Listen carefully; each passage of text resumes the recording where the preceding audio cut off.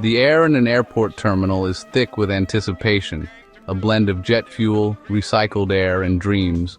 Every corner hums with the energy of people on the cusp of adventure or reunion, their faces lit by the glow of possibility. The constant murmur of voices, the rolling wheels of suitcases, and the distant echo of boarding calls create a symphony of hope and longing. I stood there, suitcase in hand, believing I was about to fly to Rome for our 5th anniversary, a trip Alex had planned in secret for months. The departures board flickered with possibilities, each city a doorway to a different life, but my eyes searched only for Rome. My heart pounded with excitement and nerves, convinced I was about to step into something magical, something just for us.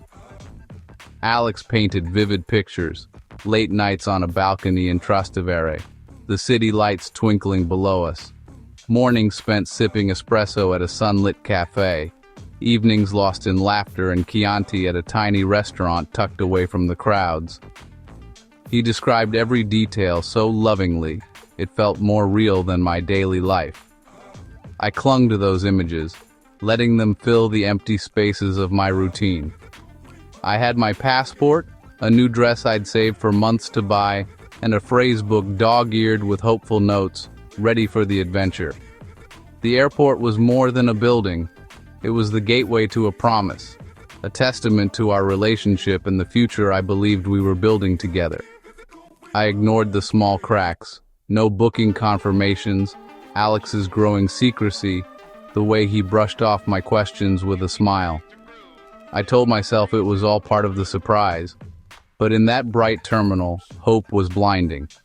I let it carry me forward, straight into the darkness beyond, refusing to see the shadows gathering at the edges of my dream. The world felt full of possibility, every moment stretched with promise.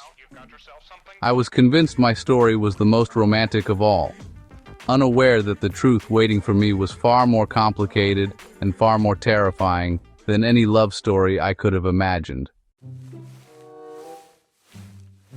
The promise of Rome was spun over a year. Alex's idea, at first a casual what-if, became our future. It started as a dream, but soon it was all we talked about. "Imagine us, gelato by the Trevi fountain," he'd say, his eyes shining with excitement. Or was it something else? He took charge, making it his grand gesture, while I was to be surprised and delighted. "Don't worry, I've got it all under control," he'd assure me, waving away my questions with a practiced ease. I turned down friends, missed family events, all for the trip. Each time I'd tell myself, "It's worth it. This is our adventure." Each sacrifice felt like an investment in us.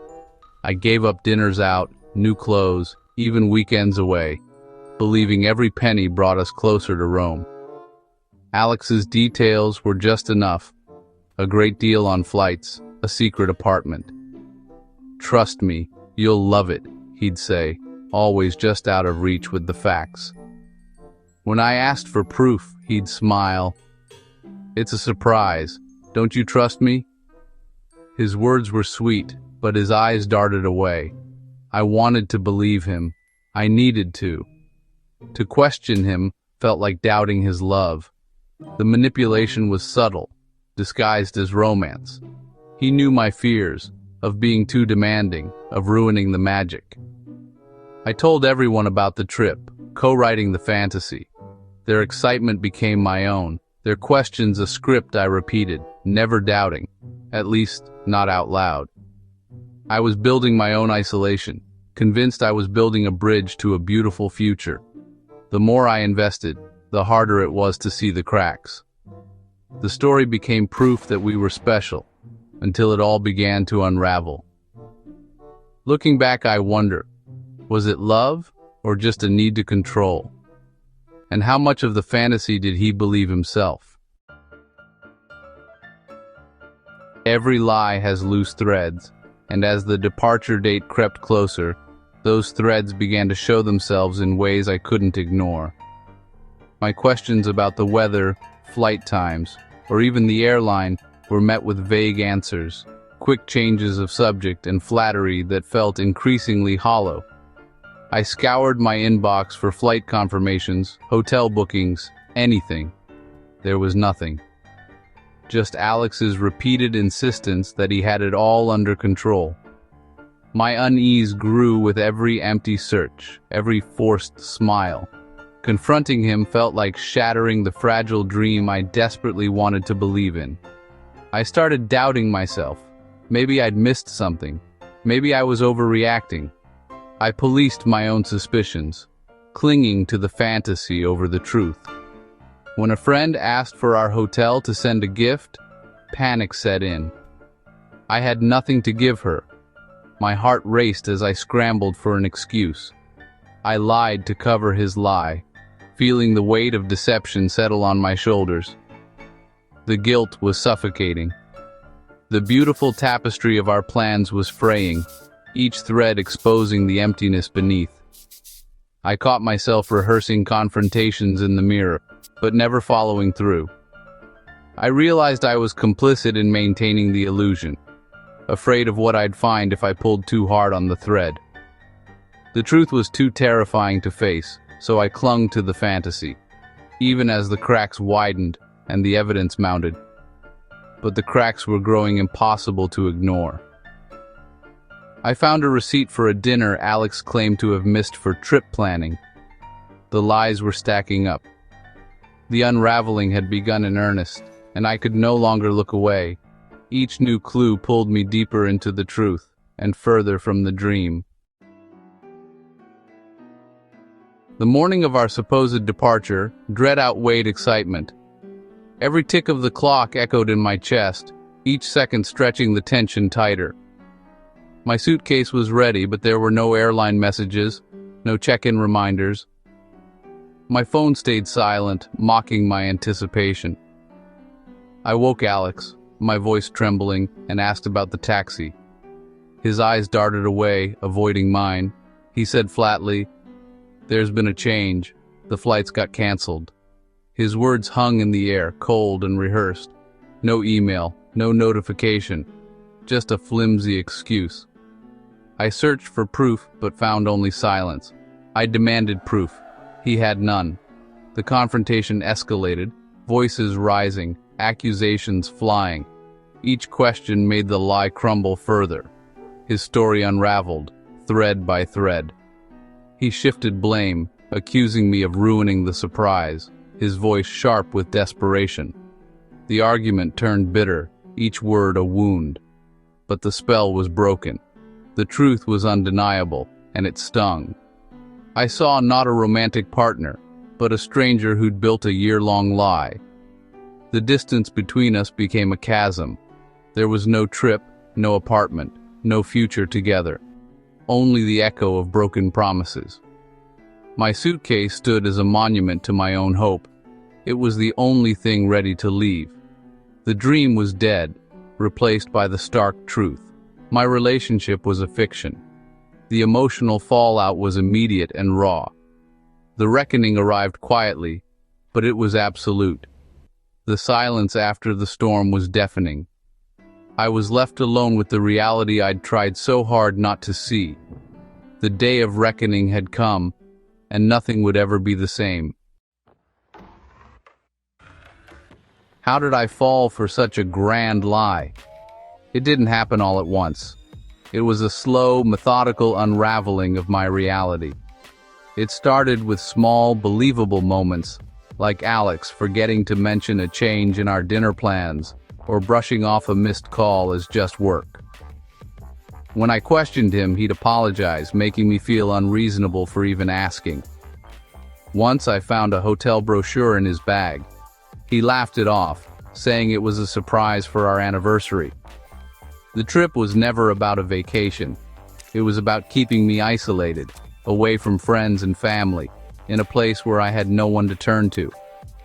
Each canceled plan with friends chipped away at my support system. I remember a birthday dinner I missed because Alex said he'd already made better plans for us.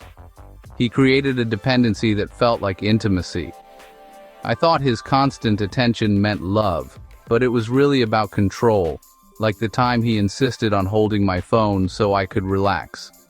Emotional pressure glued the lie together. When I doubted, he'd shower me with affection.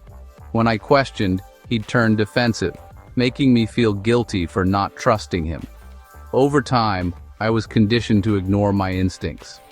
I remember sitting on the bed, replaying conversations in my head, convincing myself I was just being paranoid. The lie worked because it was wrapped in the language of love. Sweet texts, handwritten notes, promises of a future together. But underneath, there was always an undertone of discomfort. The fake trip was just one part of a much larger pattern. A web of control spun from 1,000 tiny threads, each one tightening until I could barely breathe. After the truth came out, I was lost, betrayed, ashamed, and alone. Some days, I couldn't even get out of bed. The silence in my apartment felt heavier than ever. The first step was reconnecting with friends I'd pushed away. I remember dialing a number, my heart pounding, unsure if they'd even want to hear from me. I feared judgment, but found only support and care. My friends didn't ask for explanations. They just listened, and that was everything. Each conversation was a step toward rebuilding trust and community. There were awkward moments, but also laughter I hadn't felt in months.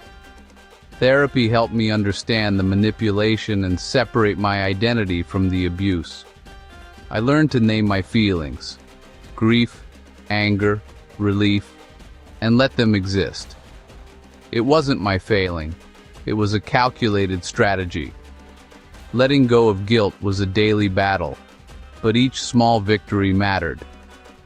Slowly, I learned to trust my instincts again. Even simple choices, what to eat, where to go, became acts of courage. Small acts of independence. Planning my own trips, making decisions, helped me heal. The first time I booked a ticket for myself, I cried with relief. I had to relearn what genuine care looked like. Accepting help was hard, but it reminded me I was worthy of kindness. The rubble of my old life remained, but I was clearing space for something new. Each day, I found a little more hope. Recovery was slow, but I was building a life that was truly my own. There were setbacks, but also moments of real joy. The process was humbling, but it was also liberating. Every challenge faced became a story of hope, and every small step forward was a victory.